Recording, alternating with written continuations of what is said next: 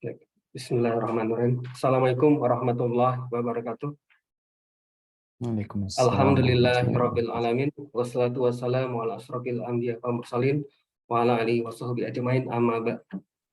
Segala puji bagi Allah, Tuhan semesta alam. Semoga salawat dan keselamatan tercurahkan selalu kepada Nabi dan Rasul termulia kita Muhammad Shallallahu Alaihi Wasallam beserta keluarganya dan para sahabatnya.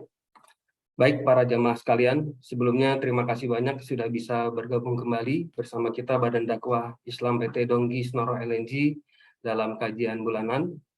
Insya Allah untuk kajian kali ini akan diisi oleh Ustadz Rizal Putrananda dengan tema menumbuhkan rasa takut kepada Allah. Insya Allah kalau Ustadz berkenan, kajian ini akan berlangsung kurang lebih 75 menit. Mungkin materi bisa sekitar 1 jam, sisanya bisa tanya jawab sekitar 15 menit. Selama kajian berlangsung, dimohon agar posisi speaker dari para jamaah dalam keadaan mute, agar kita semua bisa fokus mendengarkan suara dari Ustadz. Kemudian khusus untuk jamaah akhwat, kami mohon untuk tidak perlu membuka kameranya. Kemudian untuk setelah materi selesai, nanti kita akan berikan kesempatan bagi para jamaah yang ingin bertanya secara langsung atau bisa melalui chat yang akan coba kami bacakan nanti. Baik Ustadz, untuk waktunya kami persilakan Ustadz. Tafadhol Ustadz. Baik, terima kasih akhi. Bapak dan Ibu sekalian, di mana saja berada rahimakumullah, rekan-rekan yang ada atau tergabung dalam BDI PT Donggi Snoro LNG yang semoga selalu dimuliakan oleh Allah Subhanahu wa taala. Assalamualaikum warahmatullahi wabarakatuh. Waalaikumsalam warahmatullahi wabarakatuh. Alhamdulillah. Alhamdulillahilladzi arsala rasulahu bil huda wa dinil haqq liyudhhirahu 'ala ad-din kullihi wa kafa billahi shahida. Ashhadu an la ilaha illallah wahdahu la syarika lahu iqraran bihi wa tauhida. Wa ashhadu anna nabiyyana Muhammadan 'abduhu wa rasuluh sallallahu alaihi wa ala alihi wa ashabihi wa sallama tasliman mazida. Amma ba'du. Allahumma allimna ma yanfa'una wanfa'na bima 'allamtana wa zidna ilma. Allahumma inna nas'aluka ilman nafi'a wa rizqan tayyiba wa 'amalan mutaqabbala. Allahumma ati nufusana taqwaha wa zakkiha anta khairu man zakkaha anta waliyuha wa maulaha. Thumma amma ba'du. Bapak dan Ibu sekalian yang semoga selalu dikasihi oleh Allah Subhanahu wa taala. Alhamdulillah. Alhamdulillah. Itulah ungkapan dengan lisan sebagai bagian dari rasa syukur kita kepada Allah Subhanahu wa taala, memuji kemuliaannya, mengagungkan kebesaran dan keesaannya. Alhamdulillah. Segala puji hanya milik Allah Subhanahu wa taala atas semua kenikmatan. Segala puji bagi Allah Subhanahu wa taala dalam setiap keadaan. Segala puji bagi Allah Subhanahu wa taala yang telah melimpahkan kepada kita semua nikmat dan karunia yang tiada hentinya. Subhanallah. Semoga Allah Subhanahu wa taala menjadikan kita selalu sebagai hamba-hamba yang bersyukur kepadanya. Bukan hanya dengan lisan, tapi kita berupaya sekuat tenaga, semampu mungkin untuk juga bisa bersyukur kepada Allah Subhanahu wa taala dengan segenap sanubari dan terimplementasikan dengan segenap anggota tubuh kita di kehidupan kita sehari-hari. Salawat serta salam semoga tersampaikan selalu kepada baginda tercinta, Nabi yang kita puja bersama, Nabi Muhammad sallallahu alaihi wa ala alihi wasallam. Kita ikuti keteladanannya.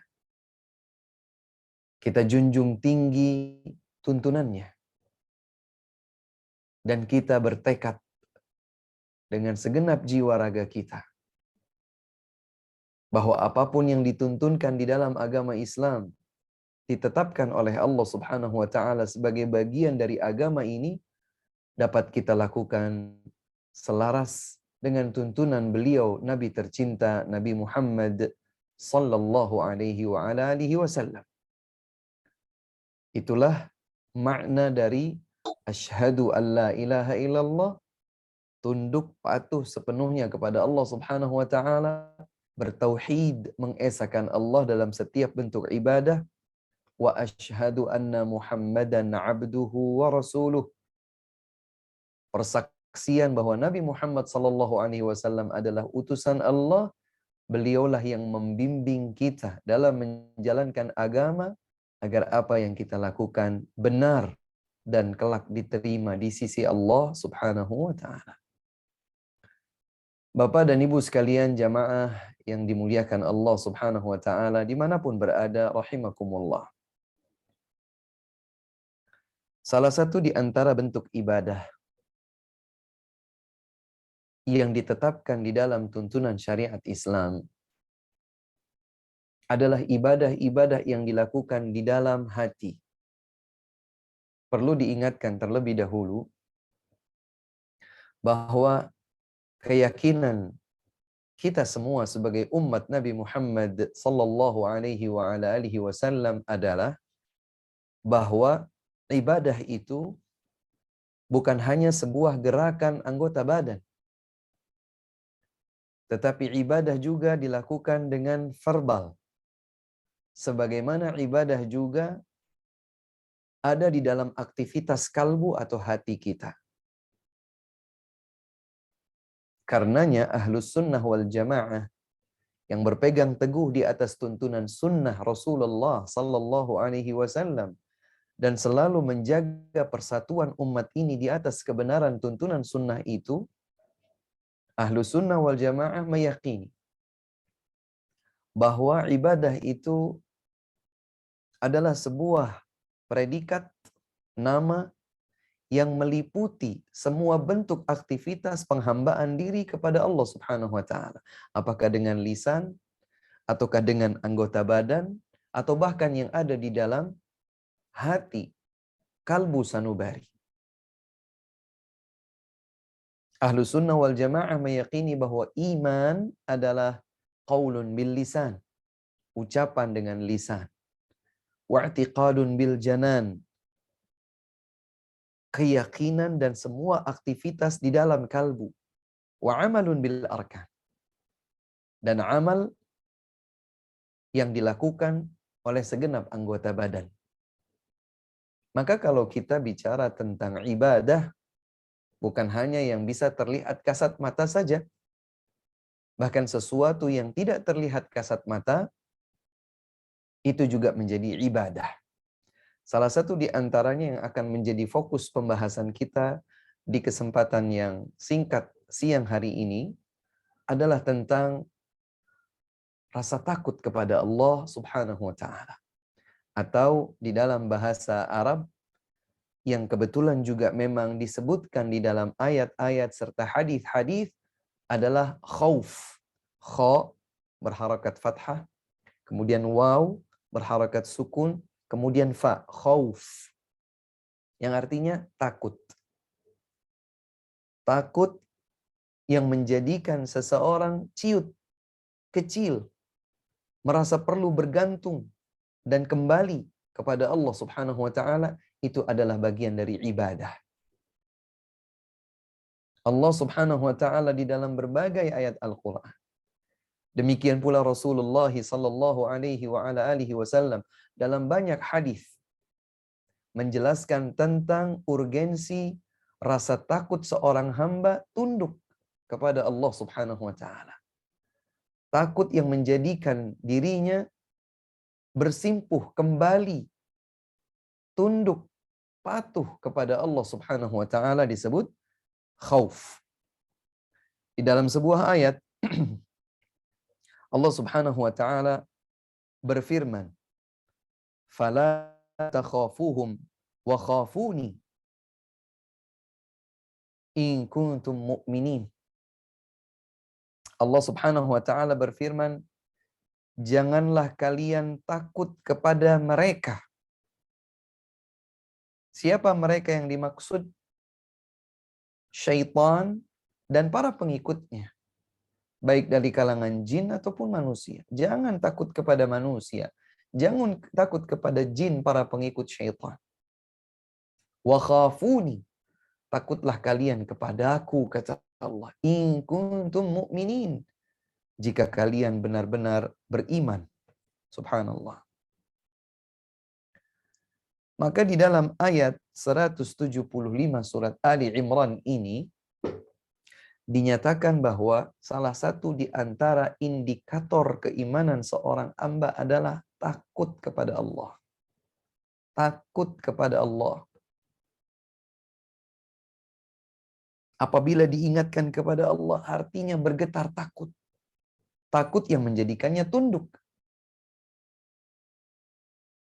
Bukan takut kemudian jadi lari menjauh. Bukan. Tapi takut yang menjadikan kita justru semakin mendekat dan tunduk kepadanya. Allah Subhanahu wa taala berfirman, "Fala takhafuhum wa khafuni." Jangan kalian takut kepada mereka. Jangan kalian tunduk jadi patuh kepada syaitan dan para pengikutnya dari kalangan jin ataupun manusia. Jangan takut kepada mereka. Takutlah kepada Allah. Takutlah kepadaku, kata Allah. Takut kepada Allah. Takutlah kepada Allah jika kalian benar-benar beriman kepadanya. Maka salah satu di antara indikator keimanan seorang hamba adalah ketika ia memiliki rasa takut kepada Allah Subhanahu wa taala. Ya takut. Takut kalau dia meninggalkan ibadah, takut kalau dia meninggalkan kewajiban, takut kalau dia melanggar ketentuan dan keharaman Allah Subhanahu wa taala. Takut kalau ternyata dia bermalas-malasan dan lalai dari yang semestinya dia lakukan kepada Allah Subhanahu wa taala. Sebagaimana juga Allah Subhanahu wa taala berfirman di dalam surat Al-Mu'minun. Di dalam surat Al-Anfal ayat yang kedua. Surat Al-Anfal surat yang ke-8 ayat yang kedua. Allah Subhanahu wa taala menyebutkan tentang bagaimanakah kaum mukminin itu. Siapakah mukmin sejati itu? Allah Subhanahu wa taala berfirman, "Innamal mu'minuna alladzina idza dzukirallahu wajilat qulubuhum wa idza tuliyat 'alaihim ayatuhu zadatuhum imana wa 'ala rabbihim yatawakkalun." Allah Subhanahu wa taala berfirman dalam surat Al-Anfal ayat yang kedua, sesungguhnya hanya kaum mukmin sejati sajalah yang apabila mereka diingatkan tentang Allah, tergetar takut hati mereka. Allahu Akbar. Takut kepada Allah. Wa idza tuliyat 'alaihim ayatuhu zadatuhum imana. Sehingga ketika dibacakan kepada mereka ayat-ayat Allah, iman mereka bertambah. Dibacakan saja ayat Allah, dia mendengar ayat-ayat Allah, imannya menjadi bertambah. Yang seperti ini tidak terjadi kecuali bagi diri seorang mukmin sejati. Ketika diingatkan Allah, tergetar takut hatinya. Ketika dibacakan ayat-ayat Allah Subhanahu wa taala, bertambah imannya. Wa 'ala rabbihim yatawakkalun, dan mereka hanya bertawakal kepada Allah Subhanahu wa taala, Rabb mereka. Bapak dan Ibu sekalian yang dimuliakan oleh Allah Subhanahu wa taala, demikianlah makhluk-makhluk Allah Subhanahu wa taala menunjukkan ketundukan mereka kepada Allah. Mereka akan takut karena Allah Subhanahu wa taala senantiasa mengawasi apa yang mereka kerjakan sehingga mereka selalu menunaikan apa yang diperintahkan. Di dalam surat An-Nahl ayat 49 dan 50, Allah Subhanahu wa taala berfirman, "Walillahi yasjudu ma fis samawati wa ma fil ardi min dabbatin fil wal malaikatu wa hum la yastakbirun Walillahi yasjudu ma fis samawati wa ma fil ardi min dabbah. Wal malaikatu wa hum la yastakbirun. Hanya milik Allah sajalah. Hanya untuk Allah sajalah. Semua yang di langit, semua yang di bumi sujud. Para malaikat, makhluk yang melata, semuanya sujud kepada Allah. Inilah gambaran Allah Subhanahu wa taala tentang makhluk-makhluknya. Para malaikat. Bayangkan para malaikat. Dan semua yang melata di atas muka bumi ini. Tidak satu pun di langit, tidak satu pun di bumi kecuali akan sujud tunduk kepada Allah Subhanahu wa taala. Yakhafuna rabbahum min fawqihim. Mereka takut kepada Allah Subhanahu wa taala sementara Allah ada di atas mereka. Wa yaf'aluna ma yu'marun, sehingga mereka akan mengerjakan apapun yang diperintahkan kepada mereka. Inilah gambaran dari Allah Subhanahu wa taala tentang bagaimana makhluk-makhluknya tunduk kepada Allah, sujud kepada Allah, melaksanakan semua perintah dan ketentuan Allah Subhanahu wa taala. Oleh sebab itu, hadirin yang dimuliakan oleh Allah Subhanahu wa taala, maka salah satu di antara bentuk ibadah yang Allah Subhanahu wa taala tetapkan di dalam tuntunan syariat agama kita ini adalah agar kita takut kepadanya. Wa iyaya farhabun. Hendaklah kalian takut kepadaku saja. Boleh juga dicatat firman Allah Subhanahu wa taala dalam surat An-Nazi'at. Ya, surat urutan kedua pada juz ke-30 setelah surat Amma. Karenanya disebut juz Amma atau surat An-Naba. Kemudian kita lihat berikutnya ada surat An-Nazi'at. Pada ayat ke-37 hingga 41 digambarkan oleh Allah Subhanahu wa taala dua jenis manusia. Jenis yang pertama adalah orang-orang yang hanya memikirkan dunia. Mereka tidak berpikir tentang akhirat.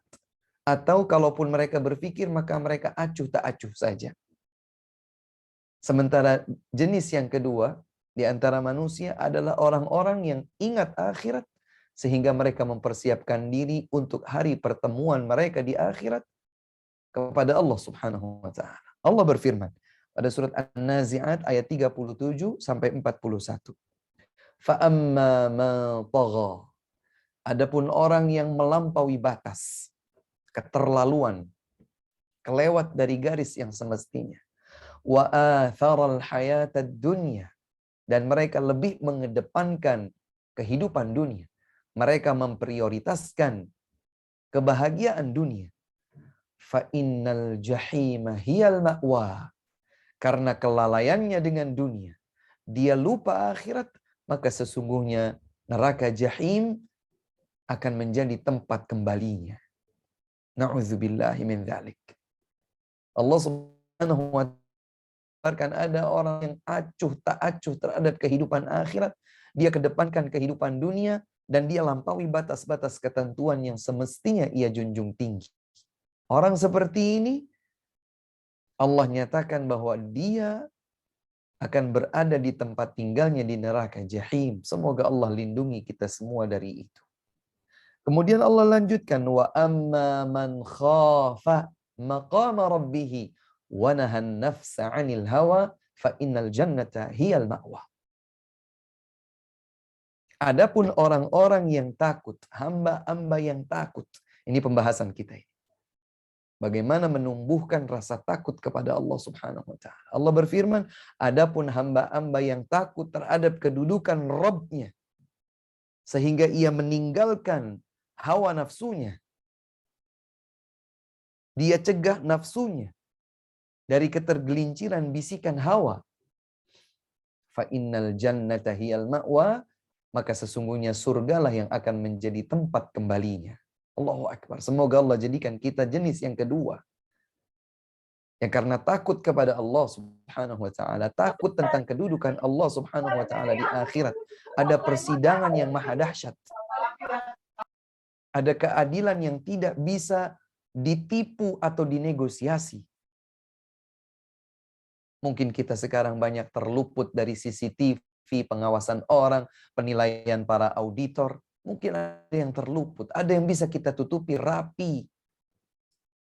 Kita bisa kelabui CCTV, kita bisa memberikan kesaksian palsu, tapi nanti di akhirat semuanya akan clear, terbuka. Tidak sedikit pun orang dapat mengelak dari yang sebenarnya terjadi. Hamba-hamba yang takut kepada Allah, hamba-hamba yang takut akan hari persidangan, semacam menahan dirinya dari ketergelinciran hawa nafsu. Dia cegah bisikan nafsu agar tidak menguasai dirinya. Maka hamba seperti ini, surgalah yang akan menjadi tempat kembalinya. Subhanallah. Dan itu yang kita semua inginkan. Itulah yang setiap waktu kita doakan. Bapak dan Ibu sekalian, saya cukup yakin bahwa siapapun di antara kita, setiap kali ada kesempatan untuk berdoa, maka di antara doa yang tidak absen dari ingatan kita adalah Rabbana atina fid dunya hasanah wa fil akhirati hasanah wa qina adzabannar.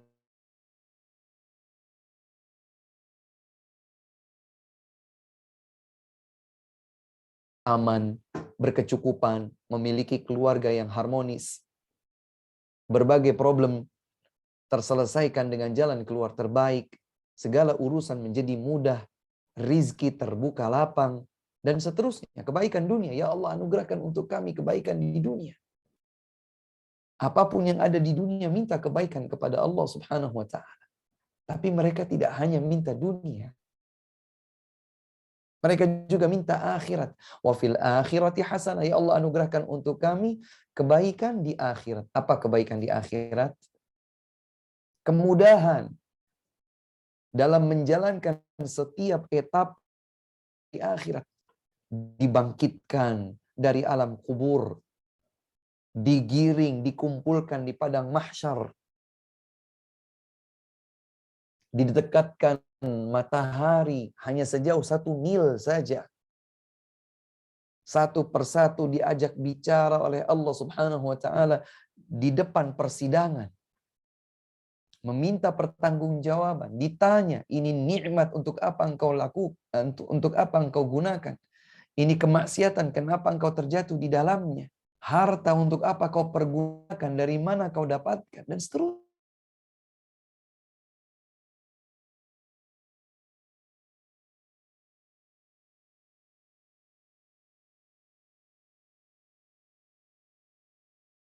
Kandungnya berlari menjauh.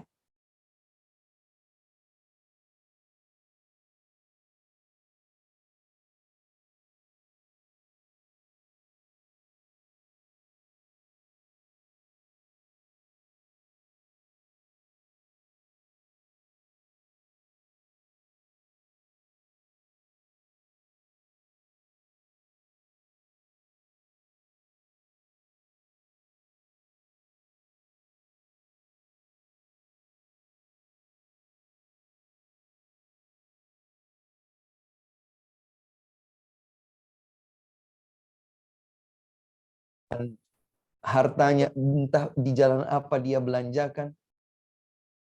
Kemudian dia pokoknya pengen makan enak, pengen hidup enak, pengen melampiaskan hawa nafsu dengan enak, dan seterusnya. Na'udzubillah. Hamba-hamba seperti itu, kata Allah Subhanahu wa ta'ala, yang tidak takut kepada Allah, tidak takut akan hari persidangan Allah.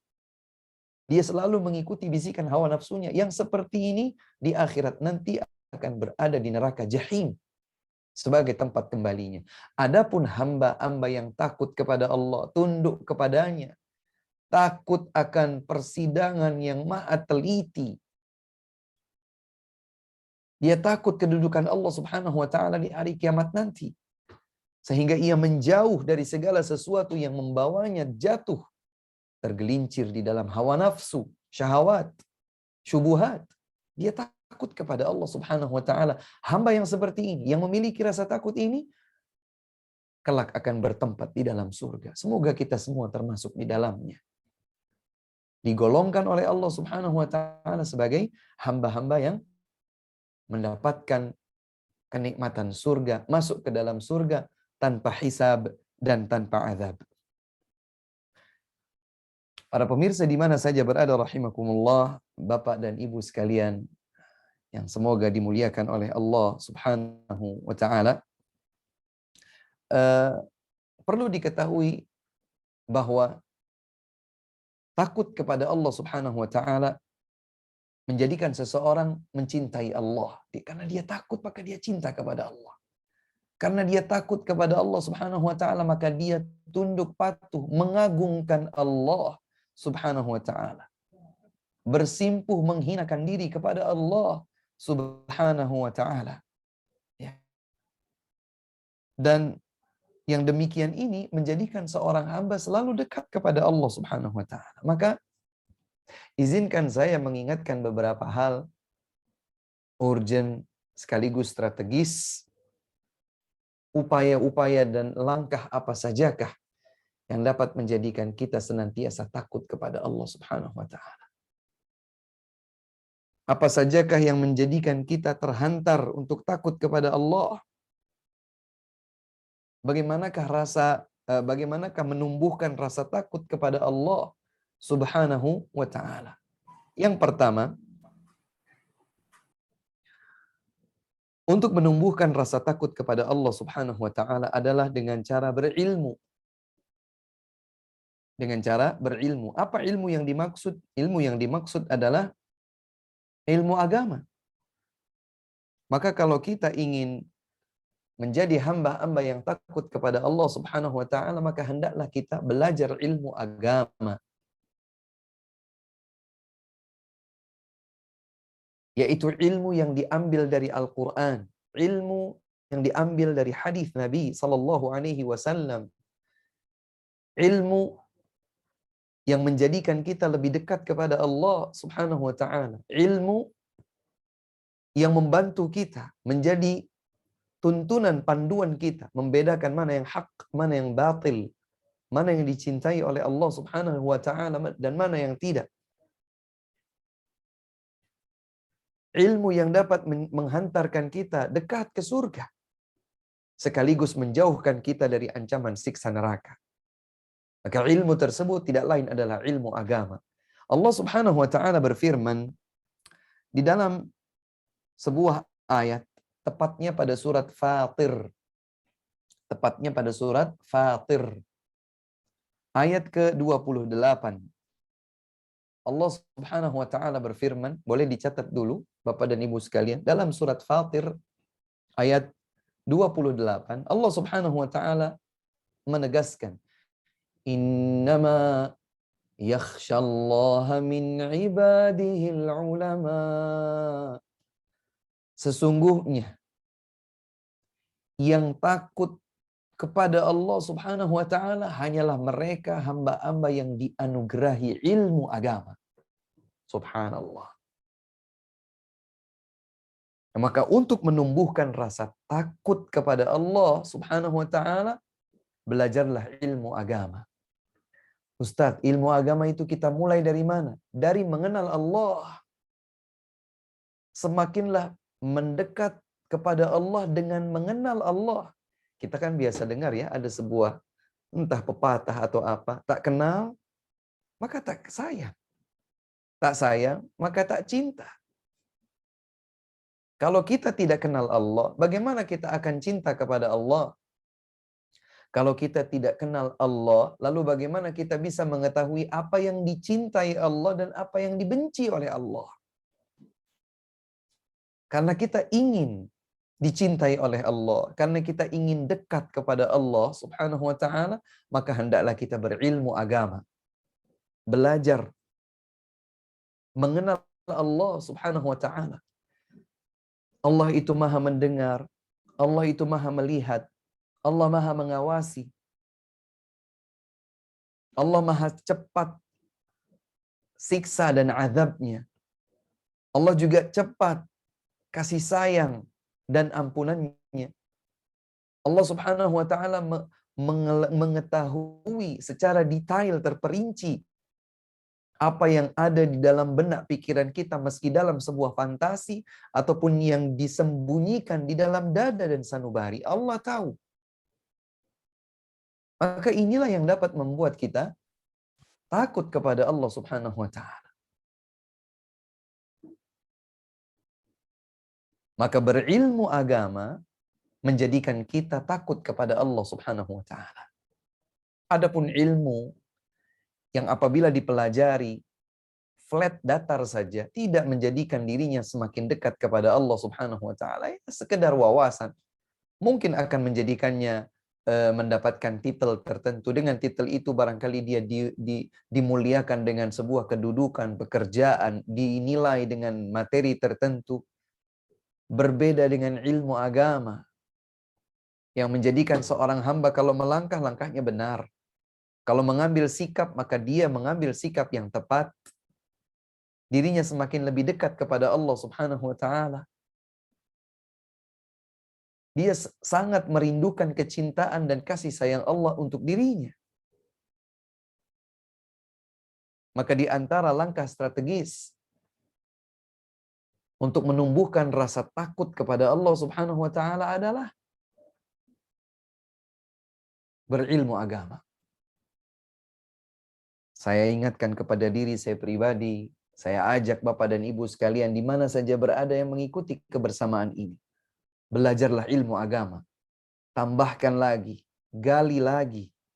Jangan merasa puas dengan beberapa gelintir poin wawasan yang kita ketahui tentang ilmu agama, ini halal, ini haram, ini wajib, ini tidak. Bukan hanya itu. Tetapi belajar mengenal tentang Allah lebih dekat, mengenal tentang Rasulullah sallallahu alaihi wasallam lebih dekat, mengenal tentang tuntunan agama Allah Subhanahu wa taala lebih dekat. Inilah belajar. Belajar tentang Allah, belajar tentang Rasulullah, belajar tentang tuntunan Allah dan Rasulnya. Dan itulah 3 pertanyaan pertama kita kelak saat kita berada di liang lahat dalam alam kubur. Man rabbuk? Akan ditanya oleh para malaikat, siapa Rabbmu? Maka bukan sekedar wawasan yang akan menjawab. Tetapi keimanan yang tumbuh dari bibit ilmu agama yang kokoh yang akan mengantarnya untuk menjawab Rabbi Allah, Rabbku adalah Allah Subhanahu wa taala. Ketika dia ditanya man nabiyyuk, siapa nabimu? Maka dia pun akan dengan mudah menjawab Nabi Muhammad sallallahu alaihi wasallam, nabiku yang diutus kepada kami adalah Nabi Muhammad sallallahu alaihi wasallam.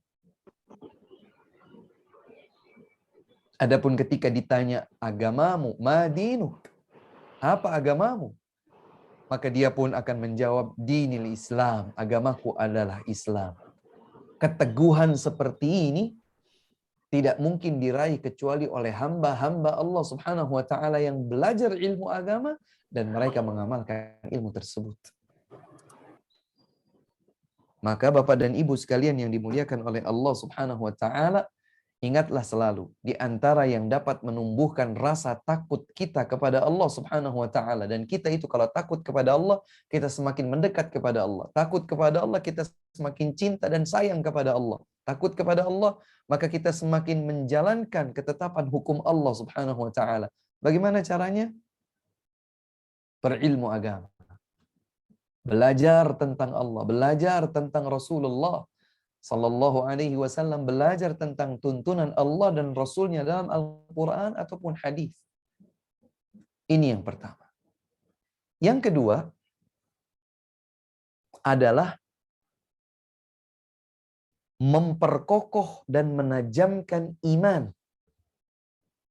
Dan ini konsekuensi berantai dengan poin sebelumnya yang baru saja tadi kita lewati.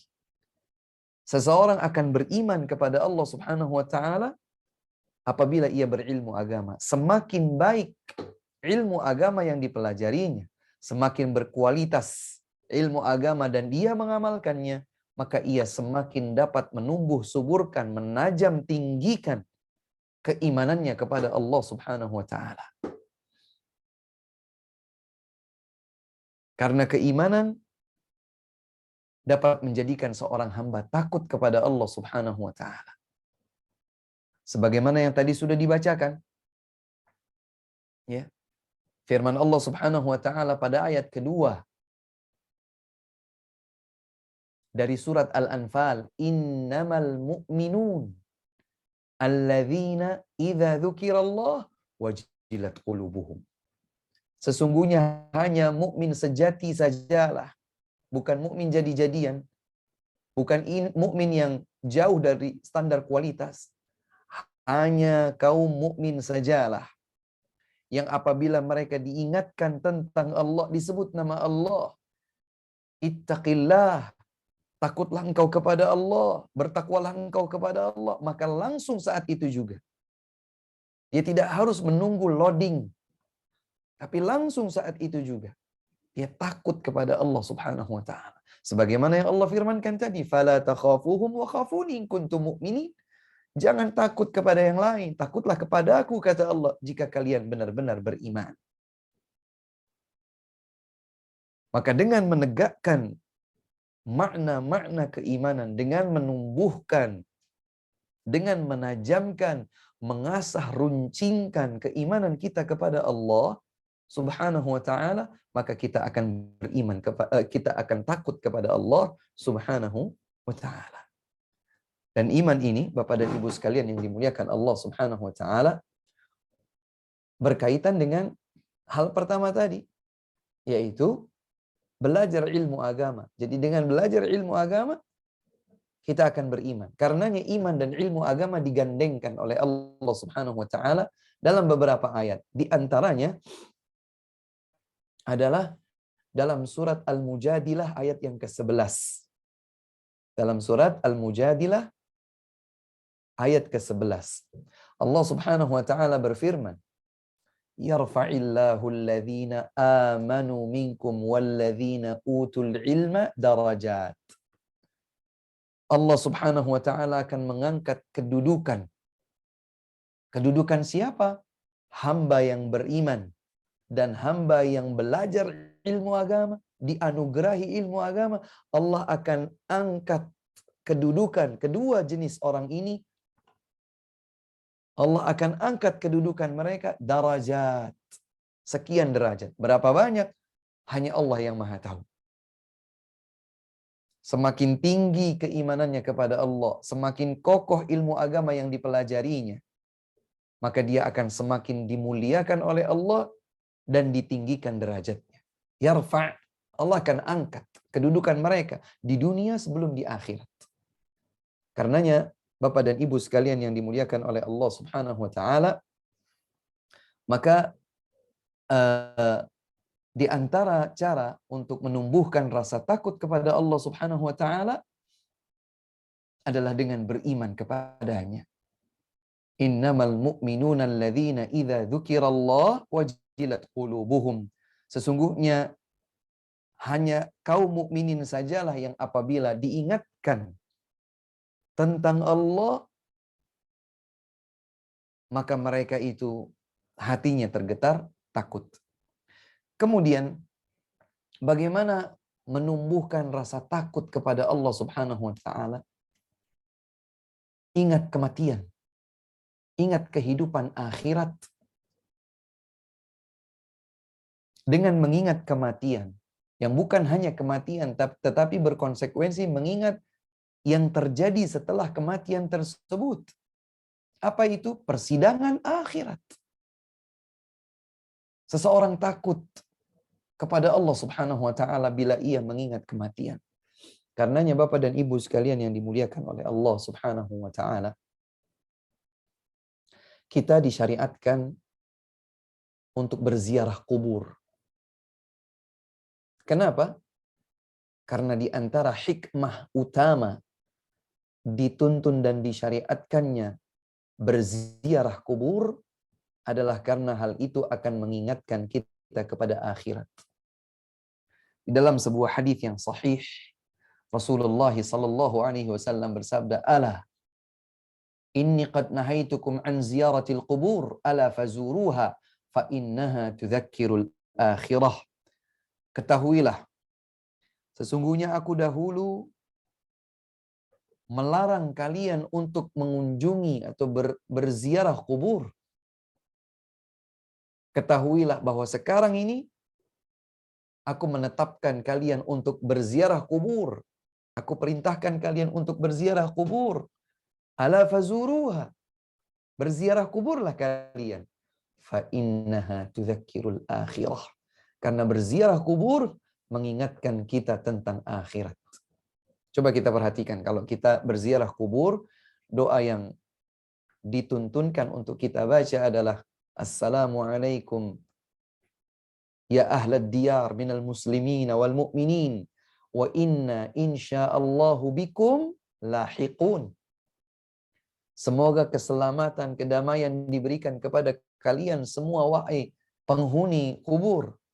Dari kalangan kaum muslimin, dari kalangan kaum mukminin. Sesungguhnya kami yang masih hidup ini, yang sekarang berziarah kubur ini, sesungguhnya kami akan menyusul kalian nanti insya Allah. Mengingatkan kita. Mengingatkan kita tentang akhirat.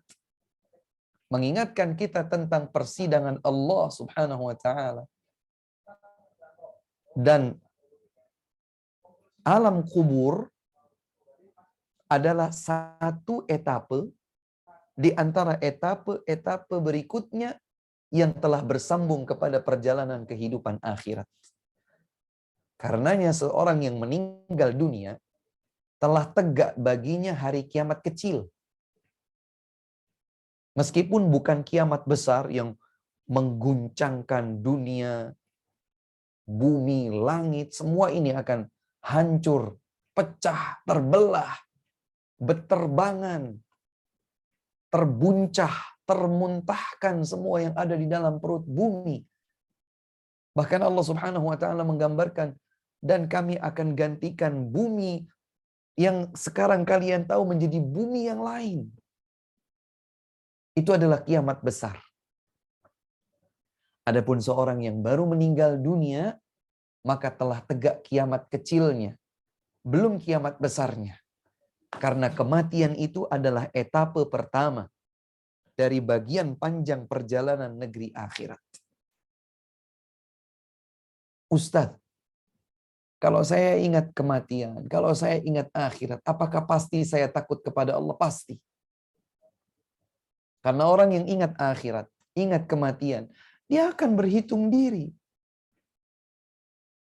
Dia tahu dengan baik. Misalnya ketika kita berziarah kubur, siapa orangnya? Yang mungkin dia terkenal, dia kaya raya, dia pemimpin negara adidaya misalnya. Dia orang super power misalnya. Tapi kalau di liang lahat, berapa besarnya liang lahat itu? Apakah seseorang akan membawa masuk harta bendanya ke dalam liang kuburnya? Jawabannya tidak. Tidak orang muslim, tidak orang kafir sekalipun. Adakah seorang yang meninggal dunia kemudian dibuatkan liang lahat besar sehingga rumahnya dimasukkan, mobilnya dimasukkan, emas, perhiasan, harta bendanya dimasukkan, bajunya, kain sutranya, semuanya dimasukkan? Tidak ada. Semuanya dimasukkan? Tidak ada. Kalaupun mungkin dipakaikan dengan pakaian-pakaian pengantin katanya, atau dimasukkan beberapa, hanya beberapa dari hartanya, tapi tidak semuanya. Karena semua tahu bahwa kehidupan di alam kubur tidak sama dengan kehidupan real kita di dunia nyata ini. Maka kalau kita mengingat kematian sebagai bagian dari awal perjalanan abadi kehidupan akhirat, kita akan punya kecenderungan untuk menjauh dari maksiat. Ya Allah, amal ibadah saya masih sedikit, sementara dosa saya banyak. Dari semua dosa itu pun masih sangat banyak yang saya belum bertaubat kepada Allah darinya. Saya masih suka, saya masih punya kecenderungan hati untuk mengulanginya. Saya bahkan masih menyimpan maksiat-maksiat tersebut. Melihat sesuatu yang haram, mendengar sesuatu yang haram, berfantasi dengan sesuatu yang haram, makan sesuatu yang haram, memiliki sesuatu yang haram. Kalau belum bertaubat, maka dia sebetulnya belum takut kepada Allah Subhanahu wa taala sebagaimana mestinya. Tapi kalau seseorang itu kemudian ingat kepada Allah Subhanahu wa taala, ya Allah, dosa saya banyak ya Allah. Sementara taubat saya belum berbanding dengan banyaknya dosa yang saya lakukan, ya Allah. Ampuni hamba ya Allah. Di dalam sebuah ayat, tepatnya dalam surat Al-An'am, surat yang ke-6, ayat 15.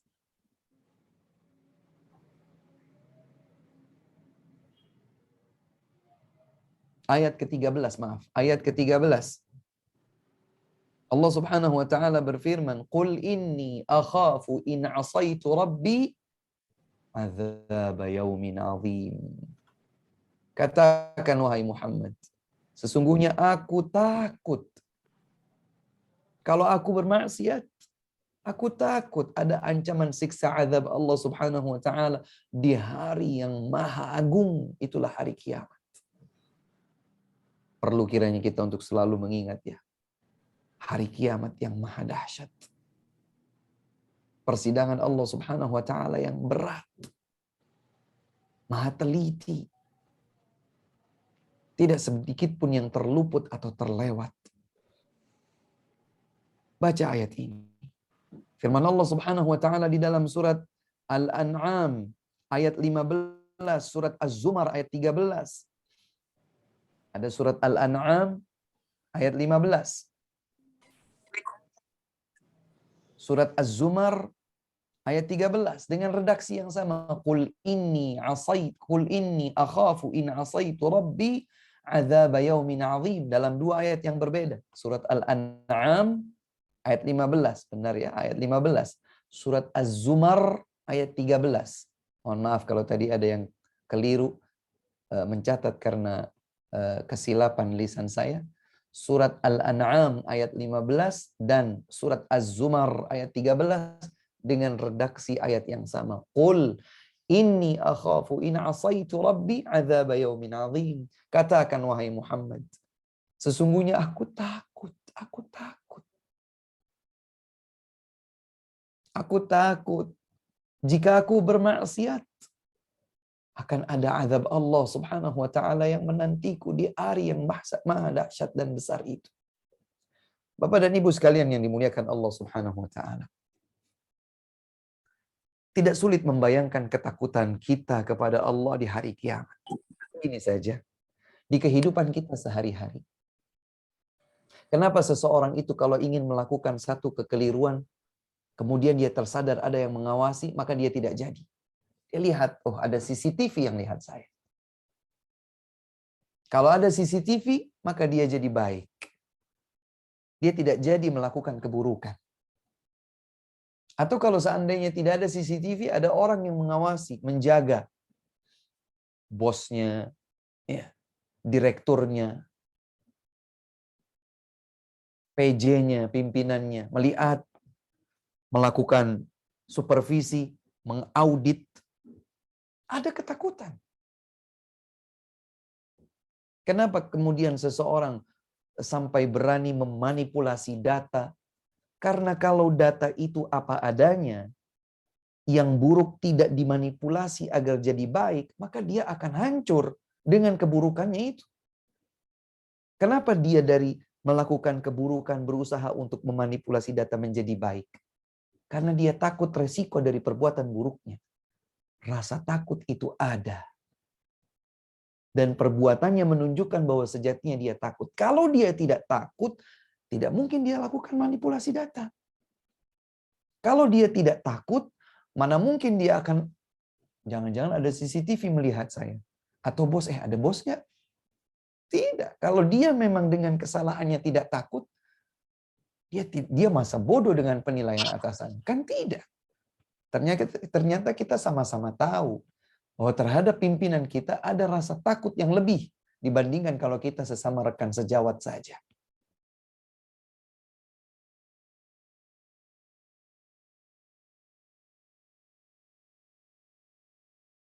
Posisinya.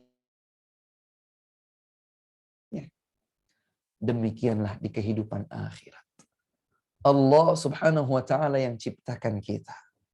Allah Subhanahu wa taala yang lahirkan kita dari perut ibu kita. Allah yang jamin rizki kita.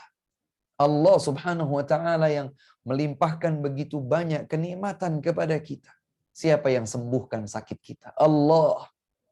Siapa yang hilangkan kesedihan dari dada kita? Allah. Siapa yang berikan jalan keluar dalam setiap urusan kita? Allah. Maka kalau Allah Subhanahu wa taala merajai kita dari semua dimensi kehidupan dunia ini, maka kita pasti akan takut kepada Allah. Kita akan takut kepada Allah. Mau main-main meninggalkan kewajiban, kita takut. Mau main-main langgar kemaksiatan, kita takut. Mau main-main dari batasan-batasan hukum Allah Subhanahu wa taala, kita takut. Qul inni akhafu in asaitu rabbi azab yaumin azim. Katakan, sesungguhnya aku takut jika aku bermaksiat, aku takut perjumpaan dengan Allah Subhanahu wa taala. Ada konsekuensi siksa azab. Jika aku bermaksiat nanti di hari yang agung dan dahsyat itu, hari kiamat. Bapak dan Ibu sekalian yang dimuliakan Allah Subhanahu wa taala. Kemudian hal lain yang dapat menumbuhkan rasa takut kita kepada Allah Subhanahu wa taala adalah dengan berdoa. Berdoa kepada Allah Subhanahu wa taala. Lembutkan hati kita agar punya rasa takut kepada Allah dengan doa. Kita punya apa? Apa yang bisa kita sombongkan? Kita merasa bahwa kita ini orang pintar. Demi Allah, kepintaran kita dari Allah.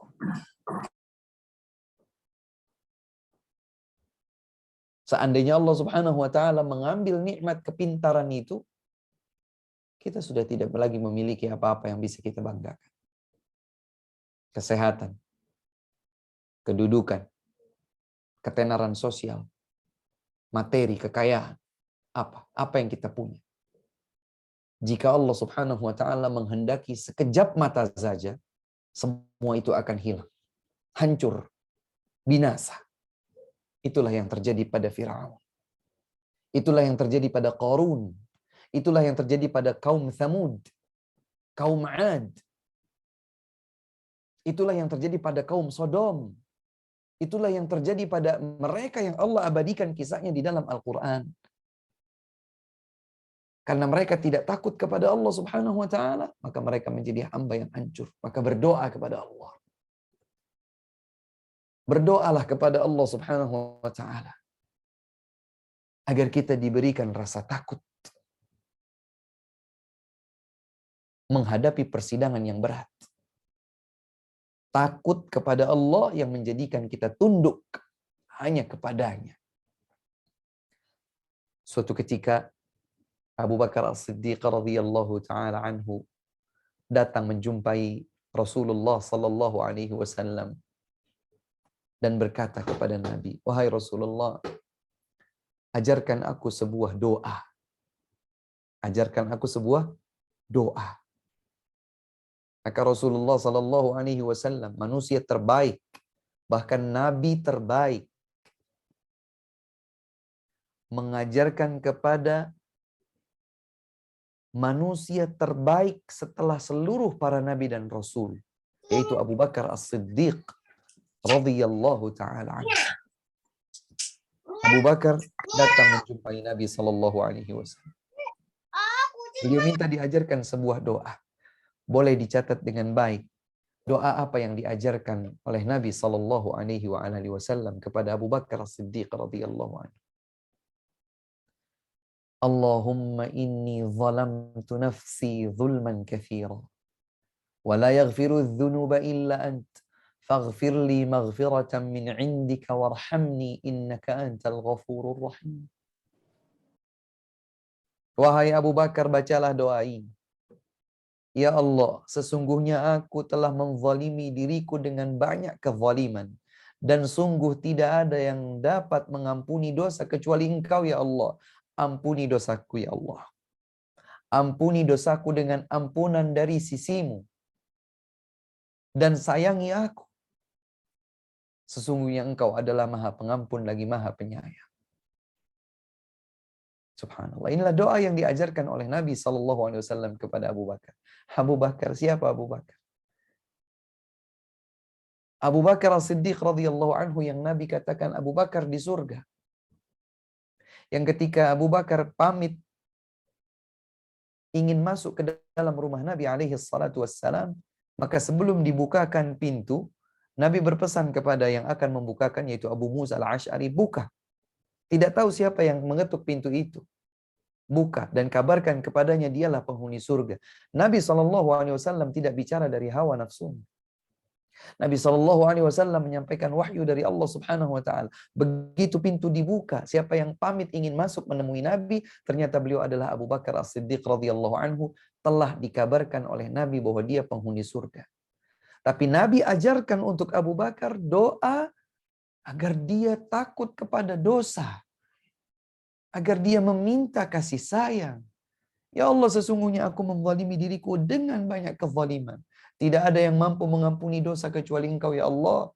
Anugerahkan kepadaku ampunan dari sisimu. Berikan aku anugerah kasih sayang darimu. Kalau sesungguhnya Engkau tidak mengampuni dan menyayangiku, aku akan menjadi hamba yang merugi.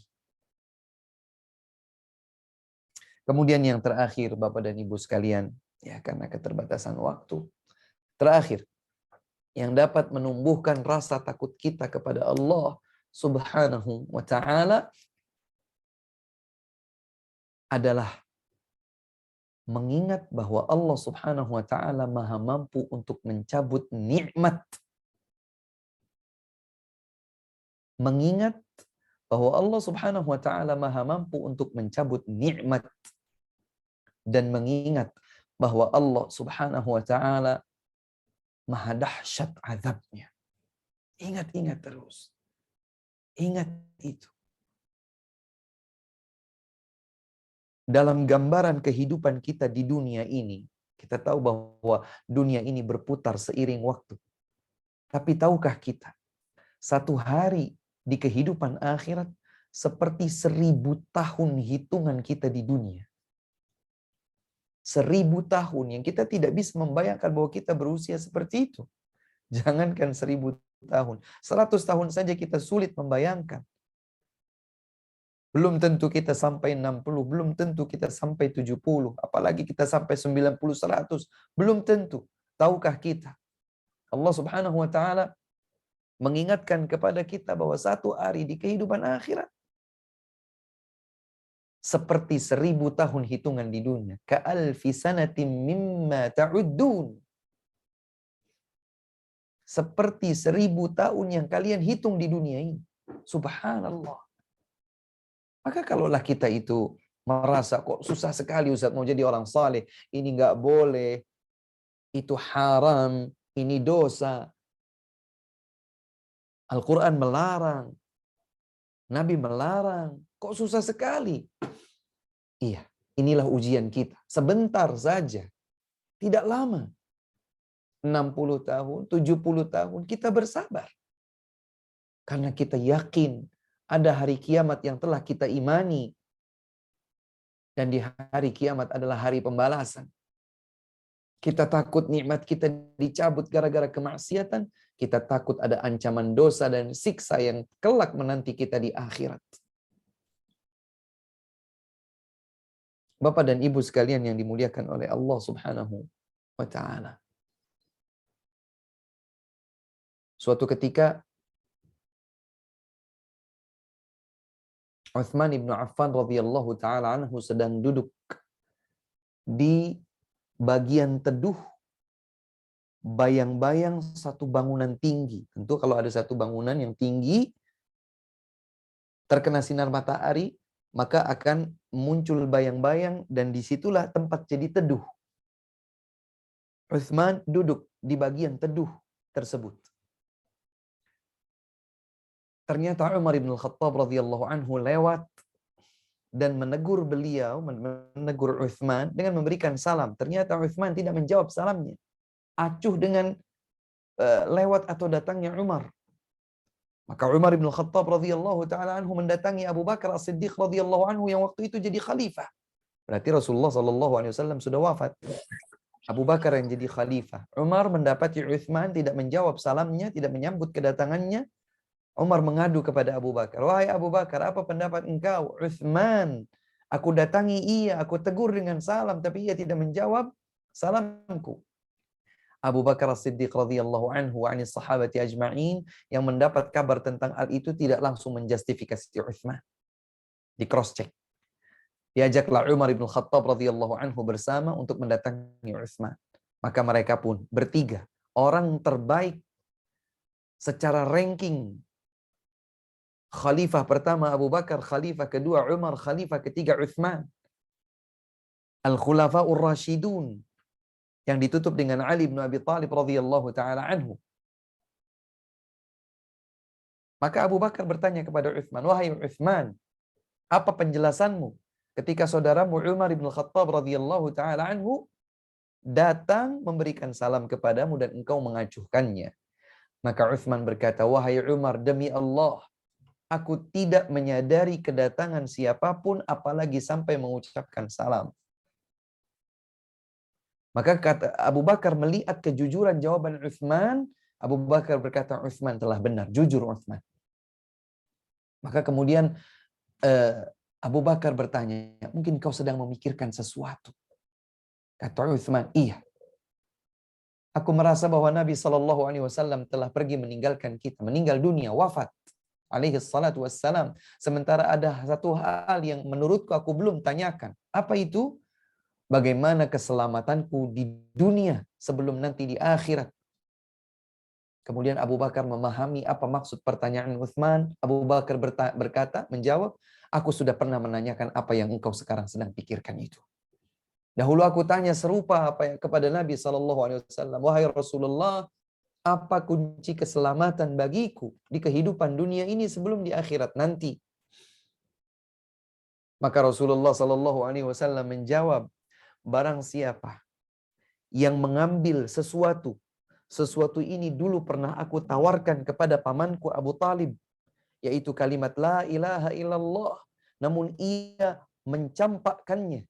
Maka barang siapa yang mengambil satu kalimat itu pernah aku tawarkan kepada pamanku namun ia mengelaknya, dia ambil, maka dia akan mendapatkan keselamatan. Allahu Akbar.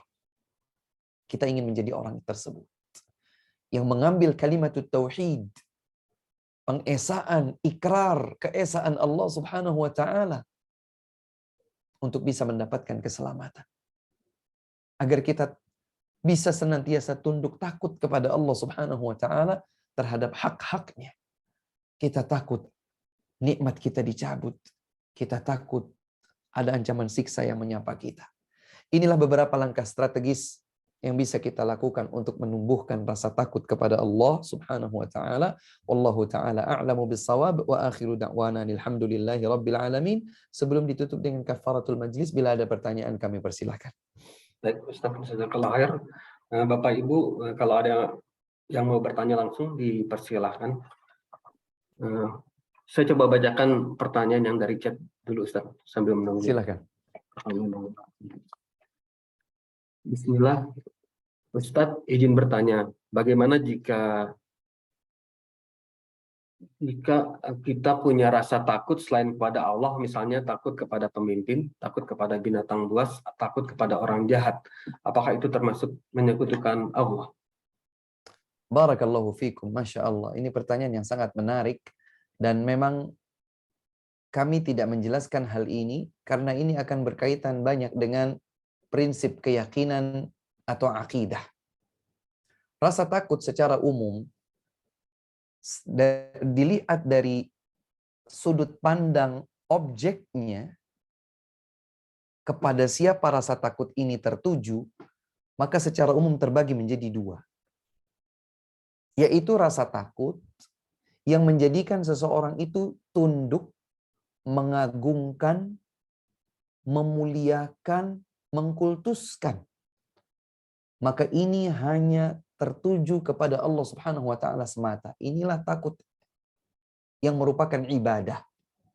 Inilah takut yang bernilai ibadah. Takut yang menjadikan seseorang hanya tunduk kepada Allah, mengagungkan Allah, memuliakan Allah, menjunjung tinggi Allah, mengkultuskan Allah,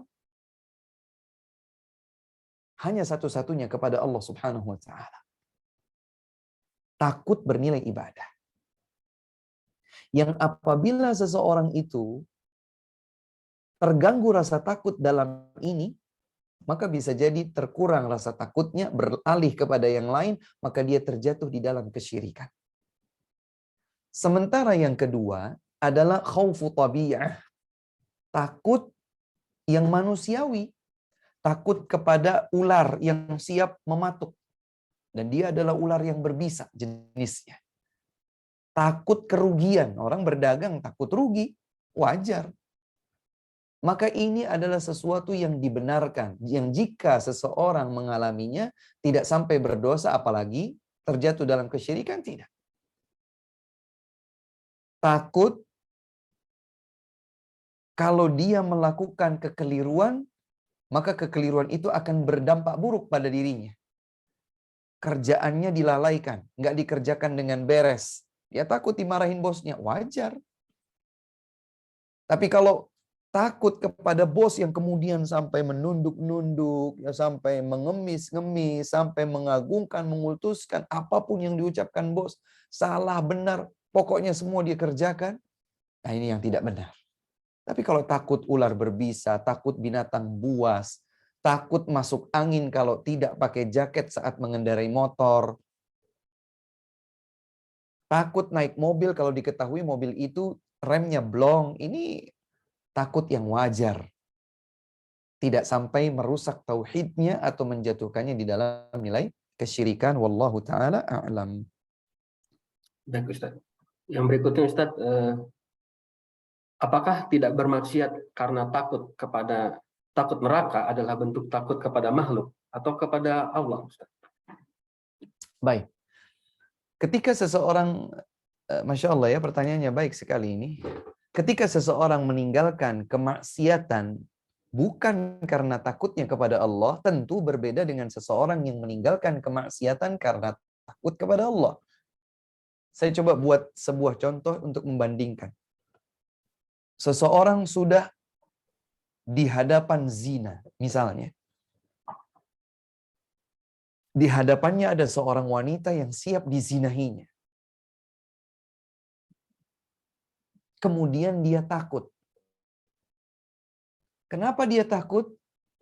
Ternyata dia menyadari bahwa ada CCTV yang menangkap rekamannya ketika masuk bersama wanita tersebut ke dalam sebuah kamar hotel. Tidak jadi dia lakukan zina itu. Misalnya begitu. Maka tentu takut yang seperti ini tidak sama dengan ketika dia sudah berhadapan di hadapan zina, di hadapan seorang wanita untuk dizinahinya, kemudian takut, ya Allah, ini dosa besar.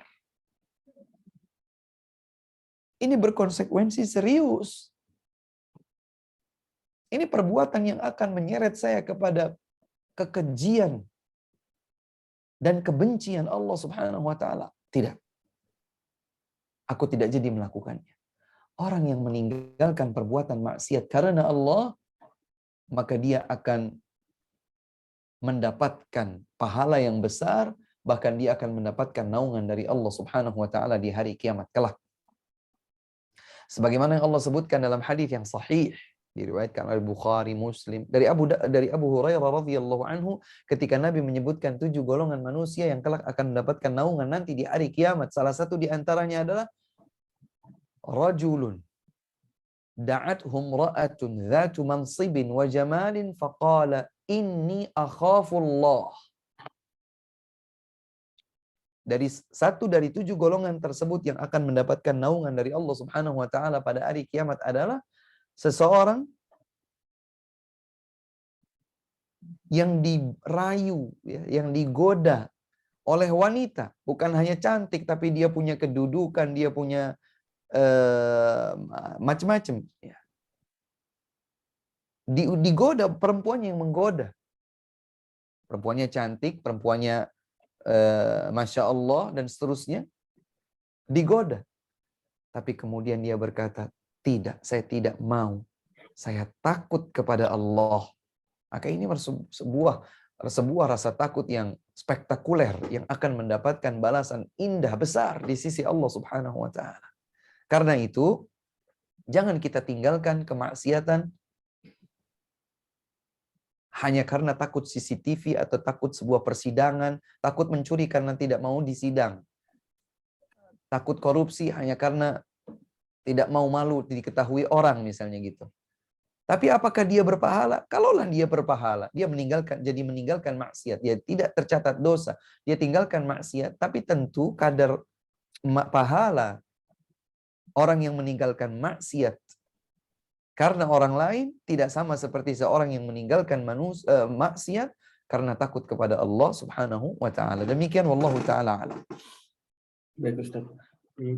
Ada 4 pertanyaan lagi Ustaz sebenarnya. Silakan. Boleh, silakan.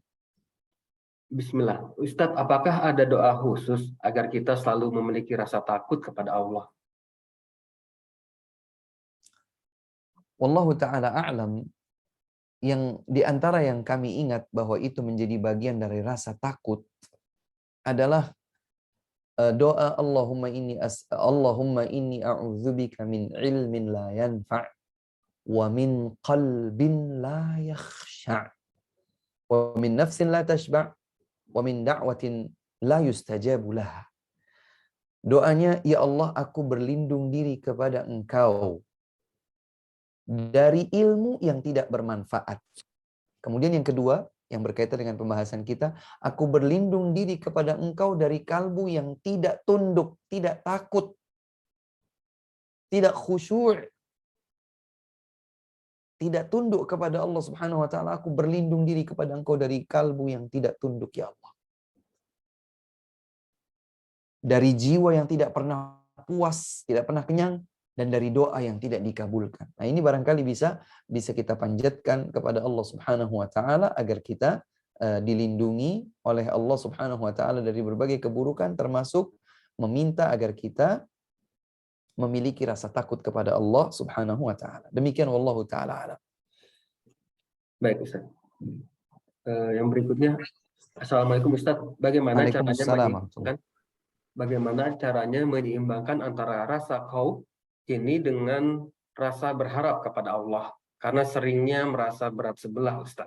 Jazakallahu khair. Wa jazakumullahu khairan. Iya. Benar sekali, Masya Allah.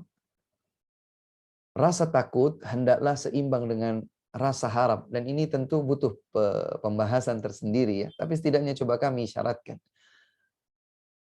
Seorang muslim hendaklah seimbang. Seperti seimbangnya badan seekor burung yang memiliki sepasang sayap. Kalau salah satu dari sayap itu patah, maka dia tidak bisa terbang. Seorang muslim itu memiliki 2 sayap yang menyeimbangkan antara rasa takut dengan rasa harapnya. Rasa takut akan ancaman siksa Allah dan berharap mendapatkan kebaikan dari Allah Subhanahu wa taala. Bagaimana menyeimbangkannya? Menyeimbangkannya diantaranya adalah dengan berdoa. Minta kepada Allah Subhanahu wa taala agar bisa memiliki rasa cinta atau harap dan juga memiliki rasa takut. Yang kedua adalah dengan belajar ilmu agama. Ya, belajar ilmu agama, karena dengan ilmu itulah kita akan menjadi seorang yang mengerti kapan kita berharap, kapan kita takut. Karenanya Imam Al-Mundhiri rahimahullahu taala menyusun kitab kumpulan hadis-hadis, beliau beri judul At-Targhib wa Tarhib. At-Targhib yang memotivasi untuk bisa berharap, wa Tarhib yang mewaspadai agar kita mawas diri. Dan ada beberapa ayat Al-Quran yang menyeimbangkan hal ini. Allah Subhanahu wa taala berfirman, "Qul inni akhafu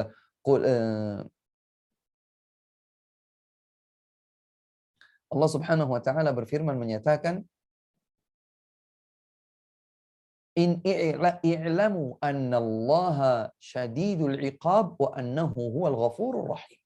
Ketahuilah, Allah Subhanahu wa taala itu maha pedih azabnya, namun Allah Subhanahu wa taala juga maha pengampun lagi maha penyayang. Maha pedih azabnya agar kita takut.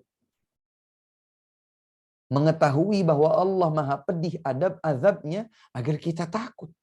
Mengetahui bahwa Allah maha pengampun lagi maha penyayang agar kita tidak selalu berada di sisi takut, tetapi kita berada di sisi berharap. Orang yang takutnya berlebihan, maka dia menjadi orang yang cepat putus asa. Orang yang nilai takutnya lebih daripada harapnya, artinya tidak seimbang, maka dia orang yang cepat putus asa, bahkan mudah menjustifikasi orang lain dengan keburukan. Menjustifikasi dirinya atau menjustifikasi orang lain dengan nilai keburukan. Sementara orang yang lebih berat sisi harapnya daripada sisi takutnya, dia jadi orang yang kepedean. Gampang. Maksiat nggak apa-apa, zina, judi, riba, mencuri, korupsi, dan lain sebagainya, gampang. Taubat, istighfar, sedekah, beres. Terlalu pede dengan apa yang dia miliki. Terlalu pede bahwa apa yang Allah Subhanahu wa taala janjikan berupa ampunan dan kasih sayang, sama sekali dia tidak berpikir bahwa Allah Subhanahu wa taala juga maha kencang azabnya. Wallahu taala alam. Baik Ustaz, tinggal 2 lagi Ustaz ya. Silakan. Assalamualaikum Ustaz, mohon penjelasannya perbedaan takut khauf dengan takut khasyah. Dan apakah rasa takut kepada Allah itu seperti iman yang bisa naik turun? Jazakallahu khair. Wa jazakumullahu khairan. Iya. Kalau pertanyaan seperti ini seringkali membuat saya berkesimpulan betapa bahasa kita, bahasa Indonesia, tidak dapat mengimbangi kaya dan luasnya bahasa Arab. Di dalam bahasa Arab, al-khauf diterjemahkan takut. Demikian pula khasyah dalam bahasa Arab diterjemahkan bahasa Indonesia takut. Tetapi di dalam bahasa Arab, khauf dan khasyah seringkali memiliki makna-makna khusus yang tidak dimiliki oleh yang lain. Apakah ada perbedaannya? Saat tersebut atau saat disebutkan sendirian, maka fala takhafuhum wa khafuni, tidak ada penyebutan khasyah, maka di dalamnya ada makna khasyah. Sementara innama yakhsyallaha min ibadihil ulama, tidak ada penyebutan khauf, maka di dalamnya masuk makna khauf. Lalu apa yang membedakan antara khauf dan khasyah? Wallahu ta'ala a'lam. Al-khauf wal khasyah adalah dua hal yang kalau terpisah, kalau tergabung, maka masing-masing memiliki makna spesifik. Khauf berkaitan dengan ancaman, ketakutan terhadap ancaman. Karenanya Allah Subhanahu wa taala menyatakan, "Qul inni akhafu in asaitu rabbi adzab yaumin azim." Sementara khasyah lebih luas dari itu. Selain juga takut terhadap ancaman, akhirnya jadi tunduk kepada Allah Subhanahu wa taala. Fala takhshawhum wakhshawni. Innama yakhsyallaha min ibadihil ulama. Jadi rasa takut yang lebih luas sehingga memaknainya adalah takut yang disertai rasa tunduk kepada Allah. Takut berkonsekuensi kepatuhan kepada Allah Subhanahu wa taala. Wallahu taala a'lam. Baik Ustaz, ini yang terakhir insyaallah Ustaz. Boleh satu lagi akhi pertanyaan barangkali. Ya.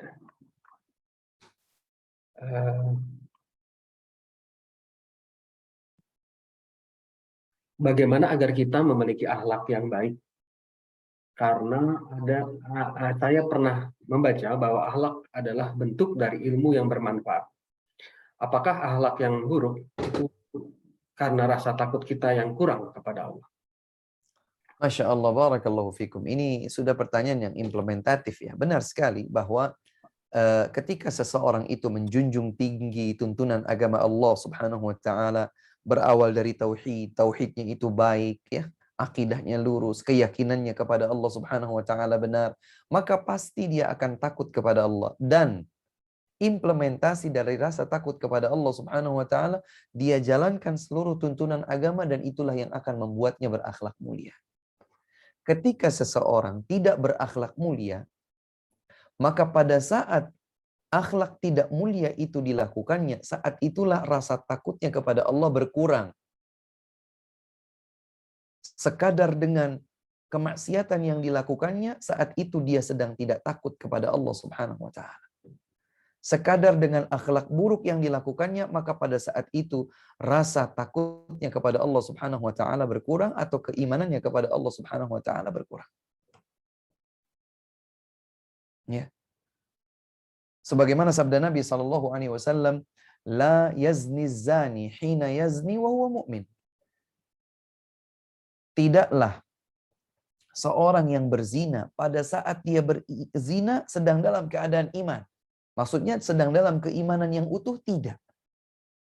Keimanannya saat itu sedang berkurang, merosot drastis akibat perbuatannya. Maka ketika akhlak buruknya dilakukan, ketika maksiat dilakukan, maka bisa disebut bahwa saat itu keimanannya sedang melemah, rasa takutnya kepada Allah sedang surut dan berkurang. Maka di antara konsekuensi makna seseorang itu beriman kepada Allah Subhanahu wa taala, memiliki rasa takut kepada Allah Subhanahu wa taala, maka akhlaknya akan baik. Akhlaknya akan baik kepada istrinya, kepada suaminya, kepada kedua orang tuanya, akhlaknya baik kepada anak-anaknya, akhlaknya baik kepada pimpinannya, kepada bawaannya, kepada rekan sejawatnya, dan seterusnya. Maka benar sekali ada korelasi antara rasa takut dengan akhlak yang mulia. Karena keduanya berkaitan dengan iman. Seiring dengan pasang surutnya keimanan, maka akan berdampak pada rasa takut dan juga pada implementasi akhlak yang mulia. Demikian wallahu ta'ala a'lam. Ini saja yang dapat kami sampaikan, kurang dan lebihnya kami mohon maaf. Kebenaran hanya datang dari Allah Azza wa Jalla semata. Kekurangan, kekeliruan, kekhilafan adalah keterbatasan manusia. Semoga Allah Subhanahu wa taala mengampuni dosa-dosa kita semua. Semoga Allah anugerahkan istiqamah kepada kita. Semoga Allah ampuni dosa-dosa kita. Kabulkan doa-doa kita. Semoga Allah Subhanahu wa taala angkat derajat kita dengan kemuliaan di sisinya di dunia dan di akhirat kelak. Semoga Allah Subhanahu wa taala tutup usia kita dengan husnul khatimah. Semoga Allah Subhanahu wa taala kumpulkan kita kembali dengan siapapun yang kita cintai di dalam surga yang tertinggi Al-Firdaus, bersanding dekat dengan Nabi sallallahu alaihi wa ala alihi wasallam. Allahumma amin. Ini saja, wabillahi taufiq wal hidayah. Subhanakallahumma wa bihamdik asyhadu an la ilaha illa anta astaghfiruka wa atubu ilaik. Salam hormat untuk segenap anggota keluarga di rumah. Assalamualaikum warahmatullahi wabarakatuh. Waalaikumsalam warahmatullahi wabarakatuh. Jazakallah khair Ustadz atas materinya. Jazakumullah khairan. Jazakumullah khair kepada jamaah yang sudah bergabung dengan kami. Baik, assalamualaikum warahmatullahi wabarakatuh.